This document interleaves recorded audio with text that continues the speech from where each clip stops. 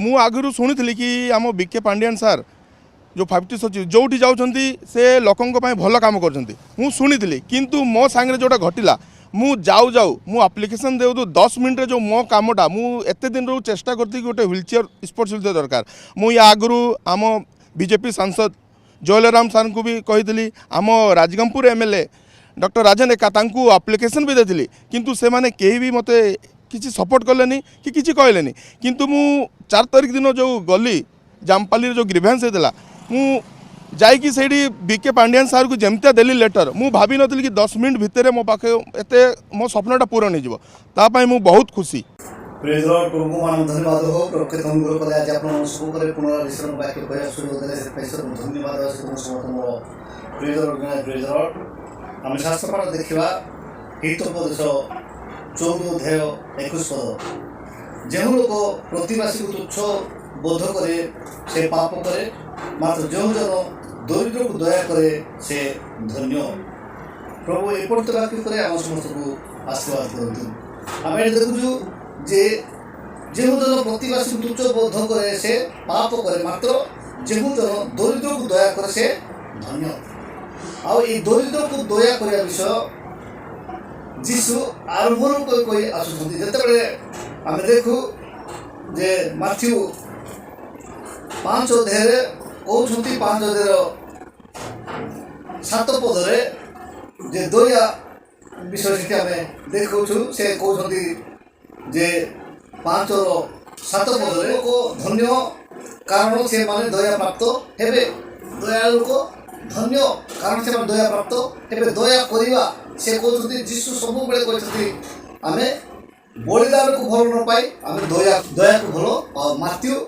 12 अध्याय 7 पद कहते किंतु आम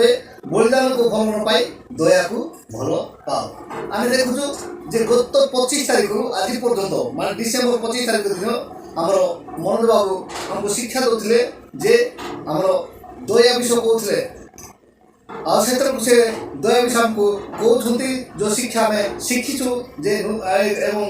ये आम देखु लोक 10,025 ରୁ 37 मध्य लेखा होती से पचार से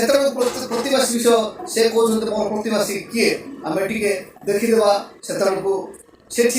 जीशु उदाहरण दे कहते जे 10 अध्याय 25 जब आपण मैंने पढ़े ताले जानी पाइबे जे से 3 जन विषय माने लिखाई किंतु से 3 जन भितर जी जड़े शेष जी गले से कौन कले जड़े जे डकायत मान हाबुड़े पड़ता लोक से कौन कले जे नहीं मेडिकल ट्रिटमेंट कले पैसा देदेले सब कले से शास्त्रज्ञ आम 25 पद लिखाई आउ देख जड़े शास्त्रज्ञ उठी को परीक्षा कर पचारे हे गुरु अनंत जीवन अधिकारी हेबा निमते मु कौन करी एठी से एक प्रश्न उत्तर जिते जीशु ताको कहते 36 पद तार उत्तर देखू जे 36 और 37 पदे यही 3 जन मध्य किए डकायत मान हापुड़े पड़ा लोकर प्रतिवासी बोली मन करुच से कहले जे ताहा प्रति दया कला से जीशु ताहाको कहले जाओ तुम्हें मध्य से प्रकार कर ये देखु जाओ तुम्हें मध्य से प्रकार कर आज माथ्यू 5 शेष देखु आउ तुम्हें माने जदि केवल निज निज भाई मान को नमस्कार कर तेरे अधिक कौन कर विजाति माने सुधा कौन ताहा करती नहीं एडे मा देखु जे तुम्हें माने जदि निज निज लोक मान को स्नेह कर निज निज लोक मान को प्रेम कर निज निज लोक मान को भाव साहाय्य कर ताहा अधिक कौन कर एबे नेतृत्व व्यक्ति माने एमएल फंड एमपी फंड जोटा जो जो प्रोजेक्ट जोटे करे सेटे करले लाभ कोन से तो जे भी सेटे निजुते ही जाइतले सेटा कर थाते किंतु निज हृदय मनरु जो माने जो सहायता करबा जोटा कि प्रोजेक्ट बाहर ए लोक मान को ताड़ित निष्पेषित निर्यातित लोक मान को सहायता करबा से होती प्रकृतर राजनीति से होती प्रकृतर राजनीति सेति पई आज जीशु ख्रीष्ट राजा नथिले किंतु ताहाको मस्तक ऊपर लिखाइला कोली ए जीवती मान राजा ଲୋକମାନେ କହିଲେ ଯେ ଏଇଟା ପରିବର୍ତ୍ତନ କରୁଛନ୍ତି ରାଜା ସେଇଟା ଶବ୍ଦଟା, କିନ୍ତୁ ସେମାନେ କହିଲେ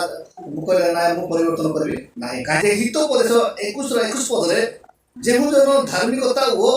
ଦୟା ପଶ୍ଚାତବର୍ତ୍ତୀ ସେ ଜୀବନ ଓ ଧାର୍ମିକତା ଓ ସମ୍ମାନ ପାଏ। ଯେଉଁମାନେ ଦୟା କରିବା ପାଇଁ ଅଗ୍ରସର ହୁଅନ୍ତି, ଲୋକମାନଙ୍କ ପ୍ରତି ଦୟା ନିଜକୁ ଦେଖାନ୍ତି, ସେମାନେ କ'ଣ କରିବେ? ମହାତ୍ମା ଗାନ୍ଧୀ କୌଣସି ପ୍ରକାର ସେ ମାନେ ଯେଉଁ ପ୍ରଧାନମନ୍ତ୍ରୀ ହେଇନଥିଲେ, ଆଜି ସେ ଜାତିର ପିତା ହେଇପାରିଛନ୍ତି। ଆଜି ମଦର ତେରେସା ସେ ମାନେ କୌଣସି MP କିମ୍ବା MLA କିମ୍ବା ଲୋକ ପ୍ରତିନିଧି ହେଇନଥିଲେ, କିନ୍ତୁ ସେ ଆଜି ଜାତୀୟ ମାତା ହେଇପାରିଛନ୍ତି। ସେଥିପାଇଁ ମୁଖ୍ୟ ଜିନିଷ ହେଲା ଦୟା। ଆପଣମାନେ ଦୟା କରିବା ଶିଖନ୍ତୁ। ଏ ନୂତନ ବର୍ଷରେ ପ୍ରଭୁ ଆପଣଙ୍କୁ ଆଶ୍ଚର୍ଯ୍ୟ ଭାବରେ ଆଶୀର୍ବାଦ କରିବେ। କିନ୍ତୁ ଆପଣମାନେ ଯଦି ଏଇ ଦୟା କରିବା ଗୁଣକୁ ଛାଡ଼ିକି ଆପଣମାନେ କୌଣସି କାର୍ଯ୍ୟ କରିପାରିବେ ନାହିଁ। ସେଥିପାଇଁ ଆମେ ଦେଖୁଛୁ 1 ତାରିଖ ମଧ୍ୟ ଆମର ଭାଇ ଜଣେ ଶିକ୍ଷା ଦେଉଥିଲେ, ସେ ଆମେ ଦେଖୁଛୁ ଯେ ସେ ମଧ୍ୟ କହୁଛନ୍ତି ପ୍ରଭୁ ଯେତେବେଳେ ପ୍ରଭୁ ଗଲେ ଫଳ ଖୋଜିଲେ ଲୋକ ଆମେ ଦେଖୁଛୁ ଯେ 13 ଅଧ୍ୟାୟରେ, ଆଉ ସେତେବେଳେ ସେ କହୁଛନ୍ତି ପ୍ରଭୁ କହୁଛନ୍ତି ଏ ଗଛକୁ କାଟି ଦିଅ। ତାଙ୍କର ମାଲିକ କହୁଛନ୍ତି ଏ ଗଛକୁ କାଟି ଦିଅ, ଯେହେତୁ ସେ ଭୂମିକୁ ନଷ୍ଟ କରୁଛି। କିନ୍ତୁ ଯିଏକି ସେ ମାନେ ଗଛର ଯତ୍ନ ନେଉଥିଲେ ସେ କହୁଛନ୍ତି ପ୍ରଭୁ ତୁମେ এই ବର୍ଷଟେ ପାଇଁ ତାକୁ ମାନେ କ୍ଷମା ଦିଅ, ଇଏ କର, ମୁଁ ସେଟା ଚାରିକାଲି ଖତ ଦେଇକି ତାକୁ ଯତ୍ନ ନେବି। ଆମେ ସେ ବିଷୟ ଆମେ ଦେଖିବାକୁ ପାଉଛୁ ଲୁକ 13:8 ସେଥିପାଇଁ এই ନୂତନ ବର୍ଷରେ ଆପଣମାନେ ଦୟା କରିବା ଶିଖନ୍ତୁ। ପ୍ରଭୁ ଆପଣମାନଙ୍କୁ ଆଶ୍ଚର୍ଯ୍ୟ ଭାବରେ ଆଶୀର୍ବାଦ କରିବେ। ଏଇଟା ଆଜି ଆମେ ଗତ 25 ତାରିଖ ଦିନ ଈଶ୍ୱରଙ୍କ ଦାସ ମନୋଜ କହିଥିଲେ ଯେ ପ୍ରତିବାସୀଙ୍କ ବିଷୟ ଯେ 3 ଜଣ ମଧ୍ୟରେ କିଏ ମାନେ ତାଙ୍କର ପ୍ରତିବାସୀ ସେତେବେଳକୁ ସେ ଯିଏ ତାହାକୁ ଦୟା କଲା। ଏବଂ ଆମେ ଏ କଥା ମଧ୍ୟ ଶିଖିଲୁ ଯେ ଆମର ଈଶ୍ୱର ବାବୁଙ୍କ ଠାରୁ ଯେ ଆମେ କ'ଣ ସେ ଗଛ ବିଷୟ ଯେ ବର୍ଷଟେ ପାଇଁ ତାକୁ ଯତ୍ନ ନେବା ପାଇଁ। ଆଉ ଆଜି ମଧ୍ୟ এই ପ୍ରଥମ ସପ୍ତାହର ପ୍ରଥମ ସଣ୍ଡେରେ ଆମେ ଶିଖୁଛୁ ଯେ ଆମେ କ'ଣ ଯୀଶୁ ଯୋଉଟା କହିଲେ ଯେ ଦୟା, ଯେ ଜ୍ଞାନୀ ସଲୋମନ କହିଲେ ଯେଉଁ ଲୋକ ପ୍ରତିବାସୀକୁ ତୁଚ୍ଛ ବୋଧ କରେ ସେ ପାପ କରେ, ମାତ୍ର ଯେଉଁ ଜନ ଦରିଦ୍ରକୁ ଦୟା କରେ ସେ ଧନ୍ୟ। ଆମେ এই ନୂତନ ବର୍ଷରେ ଦୟା କରିବା ଶିଖୁ। ପ୍ରଭୁ ଆମକୁ ପ୍ରଚୁର ଭାବରେ ଆଶୀର୍ବାଦ କରିବେ। କିନ୍ତୁ ଲୋକ 6:32 ଆଉ ଯୀଶୁ କହନ୍ତି, ଆମେ ଦେଖିବା ତାପରେ ଆଜିର ଶିକ୍ଷାକୁ ଆମେ ସମାପ୍ତ କରିବା। ଲୋକ 6:32 ଆମେ ପଢ଼ିବା। 6:32 ପୁଣି ଯେଉଁମାନେ ତୁମକୁ ପ୍ରେମ କରନ୍ତି ସେମାନଙ୍କୁ ପ୍ରେମ କଲେ ତୁମମାନଙ୍କୁ କି ଅନୁଗ୍ରହ ପାଇବ? କାରଣ ପାପୀମାନେ ସୁଦ୍ଧା ଆପଣା ପ୍ରେମକାରୀ ମାନଙ୍କୁ ପ୍ରେମ କରନ୍ତି। ନିଜ ଲୋକମାନଙ୍କୁ ଯିଏମାନେ ଆମକୁ ପ୍ରେମ କରିବେ ସେମାନଙ୍କୁ ପ୍ରେମ କଲେ କ'ଣ? ଯେଉଁମାନେ ଅନ୍ୟ ଲୋକମାନଙ୍କୁ ଆପଣମାନେ ପ୍ରେମ କରିବା ଶିଖନ୍ତୁ। ପ୍ରଭୁ ଆପଣମାନଙ୍କୁ ଆଶ୍ଚର୍ଯ୍ୟ ଭାବରେ ଆଶୀର୍ବାଦ କରିବେ। ସେଥିପାଇଁ 41 ଯେଉଁ ଜନ ଦିନହୀନ ନିମନ୍ତେ ଚିନ୍ତା କରେ ସେ ଧନ୍ୟ, ସଦାପ୍ରଭୁ ଦୁର୍ଦ୍ଦଶା ଦିନରେ ତାହାକୁ ଉଦ୍ଧାର କରିବେ। ଏଠି ଦେଖୁଛୁ ଯେଉଁ ଜନ ଦିନହୀନ ନିମନ୍ତେ ଚିନ୍ତା କରେ ସେ ଧନ୍ୟ, ସଦାପ୍ରଭୁ ଦୁର୍ଦ୍ଦଶା ଦିନରେ ତାହାକୁ ଉଦ୍ଧାର କରିବେ। ପ୍ରଭୁ এই ଅଳ୍ପ ଶିକ୍ଷା ଉପରେ ଆମ ସମସ୍ତଙ୍କୁ ଆଶୀର୍ବାଦ କରନ୍ତୁ। ପ୍ରଭୁ ନମସ୍କାର।